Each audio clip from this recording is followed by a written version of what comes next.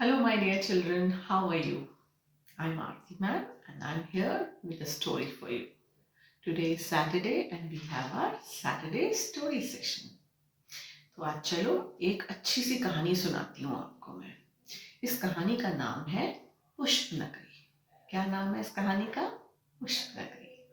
तो ये कहानी है राजा फूल चमन के पुष्प नगरी की। राजा का नाम था फूल चमन। क्या नाम था? फूल चमन।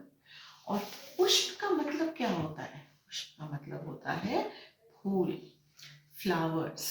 ओके, सो ये फूल चमन जी जो थे, इनके नगर का नाम था पुष्प नगरी। तो आज हम चल के देखते हैं कि इनकी पुष्प नगरी में क्या हुआ। तो राजा फूल चमन जो थे, इनको फूल बहुत अच्छे लगते थे। ने देखा उनके महल में चारों तरफ फूल ही फूल थे। बहुत खुश होते थे अपने फूलों को देख के। और इनके बगीचे में रंग बिरंगे फूल थे। कुछ फूल जो खूब सुंदर महक देते थे, कुछ बड़े फूल, कुछ छोटे फूल। सूरजमुखी, गेंदा, ट्यूलिप, गुलाब, सारे फूल थे इनके पास। ये देश विदेश से फूल मंगाते थे और अपने बगीचे में लगाते थे और बड़े खुश होते थे। रोज सुबह वो कहाँ जाते थे? अपने बगीचे में सैर करने, और अपने फूलों को देख के बहुत खुश होते थे। एक दिन सवेरे सवेरे प्रातः काल वो अपने बगीचे में गए। जब सैर कर रहे थे तो उन्होंने देखा कि कुछ फूल थोड़े से रंग में फीके पड़ गए हैं। सोचा चलो देखता हूँ, शायद ठीक हो जाए थोड़ी देर तक। घर आ गए अपने महल में। अगले दिन फिर सवेरे प्रातः काल फिर अपने बगीचे में गए। घूम रहे थे वहां पे और देखा कि कुछ और फूल थोड़े मुरझा रहे हैं। थोड़े परेशान ज्यादा हो गए वो। सोचते रहे कि क्या बात है। तीसरे दिन जब वो अपने बगीचे में गए तो उन्होंने क्या देखा? उन्होंने देखा कि सारे फूल मुरझाए हुए हैं। देखकर वो बड़े परेशान हुए। थोड़ा गुस्सा भी आया उनको, और अपने महल में आके उन्होंने अपने उद्यान मंत्री को बुलाया और बोला, अरे आज हम बगीचे में गए थे और वहां पे तो सारे फूल मुरझाए हुए थे, ये क्या हुआ? जो उद्यान मंत्री था वो सामने आया और उसने बोला कि हजूर, इस बार बारिश नहीं हुई है। इस बार तो बारिश का कोई नामो निशान नहीं है, इसके फूल मुरझा गए हैं। अरे ये कैसे हो सकता है? बारिश नहीं हुई, ये तो बहुत गलत हुआ। और उन्होंने क्या किया? उन्होंने बोला, हमारे बगीचे को तुम देखो, जाके बादलों से पूछो कि बादल कहाँ चले गए। बादलों को लेकर आओ और यहाँ पे वर्षा कराओ, ताकि हमारे जो है पौधे जो हैं ये फिर से महके, फिर से खिले। ठीक है ना? तो उन्होंने ये ऑर्डर दिया। और जो ये जो हमारे थे, क्या नाम है, हमारे जो उद्यान मंत्री थे, उन्होंने बोला, जी हजूर, मैं भी जाऊंगा। राजा ने बोला, जाओ, वर्षा को ले आना गान, वर्षा का ले आना गान, फूलों में लौटा दो जान। कि जब वर्षा ऋतु आएगी तो अपना जब गाना गाएगी, टुपुर टुपुर टुपुर टुपुर, तो हमारे सारे जो फूल हैं वो फिर से खिल जाएंगे। ये हुक्म तो राजा ने दे दिया। क्रोधित होके बोला कि जाओ, वर्षा ऋतु सारे बादलों को बोलो, उनको हाजिर करो और बोलो वहां पे बारिश होनी चाहिए और हमारे फूल जो हैं वो फिर से खिलने चाहिए। अब मंत्री जी जो थे वो बड़े परेशान हो गए। उन्होंने कहा ठीक है। उन्होंने हाथ जोड़ के अपना सिर नीचे किया और उन्होंने कहा, जो हुक्म महाराज। और वो निकल पड़े बादलों को ढूंढने। उन्होंने सोचा कि मैं बादलों को कहाँ ढूंढने जाऊं। थोड़े सोच में पड़ गए। फिर उन्होंने क्या किया? उन्होंने कहा, मैं ये जो ऊपर पहाड़ है जरा यहाँ जाके देखता हूँ। चल पड़े वो अपने पहाड़ों की तरफ और वहां गए तो उनको तो कोई बादल ही नहीं दिखा। वहां पे तो कोई बादल ही नहीं था। बड़े परेशान कि ये बादल कहाँ चले गए, एक भी बादल नहीं है। थोड़ी देर उधर उन्होंने नजर अपनी घुमाई और उनको क्या दिखा? उनको एक छोटा सा बादल दिखा। वो वहां पे दुबुक के पहाड़ के अंदर बैठा हुआ था, दुबुक के। इन्होंने आवाज लगाई और जोर से बोला, अरे भाई बादल, जरा बाहर तो आओ, कहाँ हो तुम? तो जो ये छोटा सा बादल था, ये डरता डरता डरता बाहर आया और इसने बोला, हाँ जी हुजूर, क्या बात है? उसने बोला, देखो भाई, कहाँ गए सारे बादल?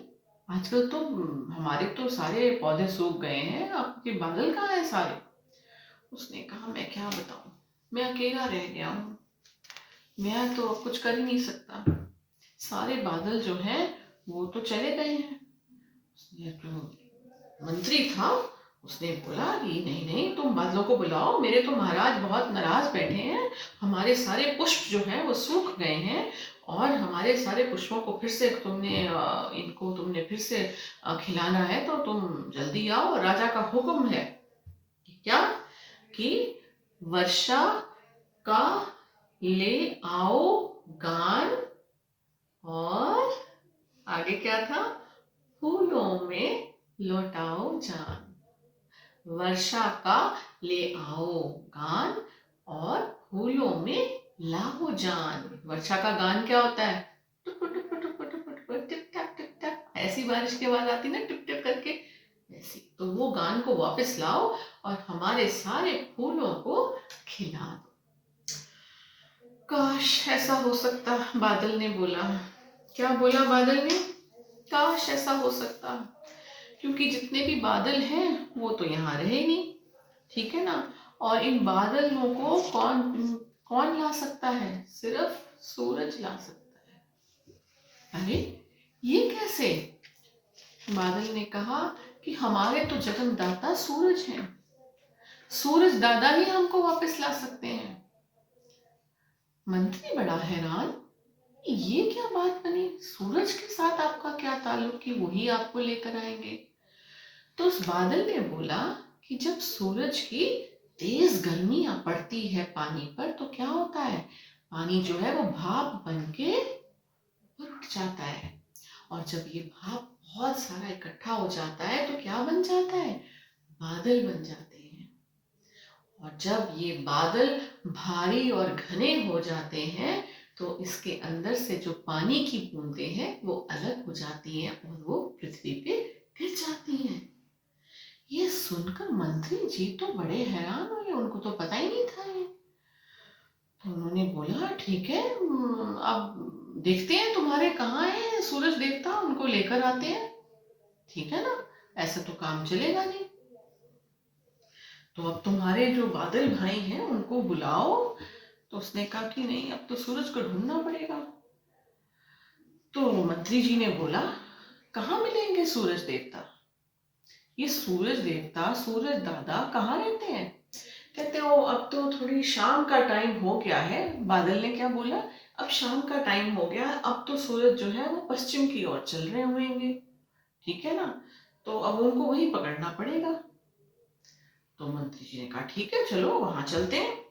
तो उन्होंने कहा कि चलो जाके ढूंढते हैं सूरज दादा को, ऐसे तो काम नहीं चलेगा, उनसे तो बात करनी पड़ेगी, बादलों को तो लाना पड़ेगा, जब तक बादल नहीं आएंगे हमारे पुष्प नहीं खिलेंगे, हमारे पुष्प नहीं खिलेंगे तो हमारे राजा नाराज रहेंगे और हमारी नगरी तो बहुत ही खराब लगेगी। तो सूरज देवता को तो ढूंढने चलते हैं, और वो पश्चिम की ओर चले गए। तो बादल ने बोला, वो जो छोटा सा बादल था ना हमारा, ये छोटा सा जो बादल था, उसने बोला, मंत्री जी चलो चलते हैं पश्चिम की ओर। और मंत्री जी ने क्या किया, मंत्री जी ने अपनी लगाए चश्मे और अपनी ली छाता और बादल के ऊपर सवार हो गए, और बादल उनको ले गया पश्चिम की ओर। कहाँ ले गया? पश्चिम की ओर। और धीरे धीरे करके सामने कौन मिला उनको? कौन मिला? उनको मिला सूरज देवता। कौन मिला? सूरज दादा। सूरज दादा ने देखा उनको, और उनको, सूरज दादा को खांसी आ गई। उन्होंने बोला, सूरज दादा जरा रुको तो सही। सूरज दादा क्या करे, हाँ एक मिनट, उनको तो खांसी थी, जुकाम लगा हुआ था उनको। तो उन्होंने बोला, जो उद्यान मंत्री थे उन्होंने क्या बोला, उन्होंने बोला, अरे सूरज दादा आप कहाँ हो,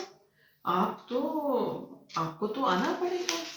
आपका तो मैंने सुना है कि सूरज दादा तुम हो महान, बादलों को तुम देते प्राण, वर्षा को का ले आओ गान, और फूलों में आ जाएगी जान। क्या मतलब हुआ इसका कि सूरज देवता आप तो बहुत बड़े हो, आप तो बहुत महान हो, और आप जब आओगे तो हमारे बादल आएंगे और बादलों में जान आएगी, उनके प्राण, उनके अंदर प्राण आ जाएंगे, वो जी जाएंगे, और आके जब वो वर्षा ऋतु करेंगे तो हमारे फूल जो है वो सारे खिल जाएंगे। लेकिन हमारे तो सूरज देवता जो थे, जो सूरज दादा थे, वो तो उनको तो फ्लू हुआ था। सूरज दादा ने बोला कि मुझे तो फ्लू हुआ हुआ है, मुझे तो बड़ा खांसी जुकाम हुआ है, इसलिए मैं कुछ दिनों तक कुछ नहीं कर पाया, पर अब थोड़ा सा मैं ठीक हो गया हूँ।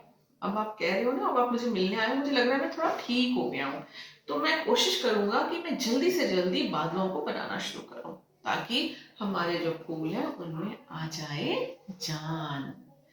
तो जो उद्यान मंत्री थे वो खुश हो गए, उन्होंने कहा थैंक यू सूरज दादा, अब आप जल्दी ठीक हो जाइए और थोड़े बादल बनाइए ताकि हमारे यहाँ पे वर्षा आ जाए, वर्षा आएगी तो हमारे पुष्प नगरी में जान आएगी। तो सूरज जी ने बोला ठीक है जी, अब मैं चलता हूँ, मेरे जाने का टाइम हो गया है, अभी मुझे अस्त होना है, और मैं कल सवेरे आके कोशिश करूंगा कि मैं बादलों का काम शुरू कर दूं। और जो सूरज थे वो अस्त हो गए और मंत्री जी और बादल अपने घर वापस आ गए। और अगले दिन क्या हुआ, अगले दिन बादल जो थे वो सूरज देवता जो थे वो बिल्कुल तंदुरुस्त थे, उनका फ्लू चला गया, उन्होंने दवाई ठीक टाइम पे खा ली थी ना, तो वो फ्लू भी उनका चला गया, उनका खांसी जुकाम हो गया ठीक, और उन्होंने अपना काम कर दिया शुरू। और उन्होंने खूब अपने जो तेज के साथ सारी भाप बनाई, बादल इकट्ठे हुए और बादल जो थे वो भारी हो गए, और उसके बाद वो सारे जो बादल थे वो भारी होके बरसने लग गए। तो बादलों ने क्या किया, क्या किया, बादलों ने अपना गान शुरू कर दिया। उन्होंने क्या किया, गान। तो सूरज दादा तुम सचमुच हो महान, सूरज दादा तुम सचमुच हो महान, दिया बादलों को आवश्यक दान, ले आए वर्षा का रिमझिम गान, फूलों में लौट आई है जान। और सारे जो फूल थे वो खिल उठे, सब रंग जो थे सब फूलों में रंग भर गए, और पुष्प नगरी जो थी वो फिर से सुंदर रंग बिरंगी और महकने लग गई।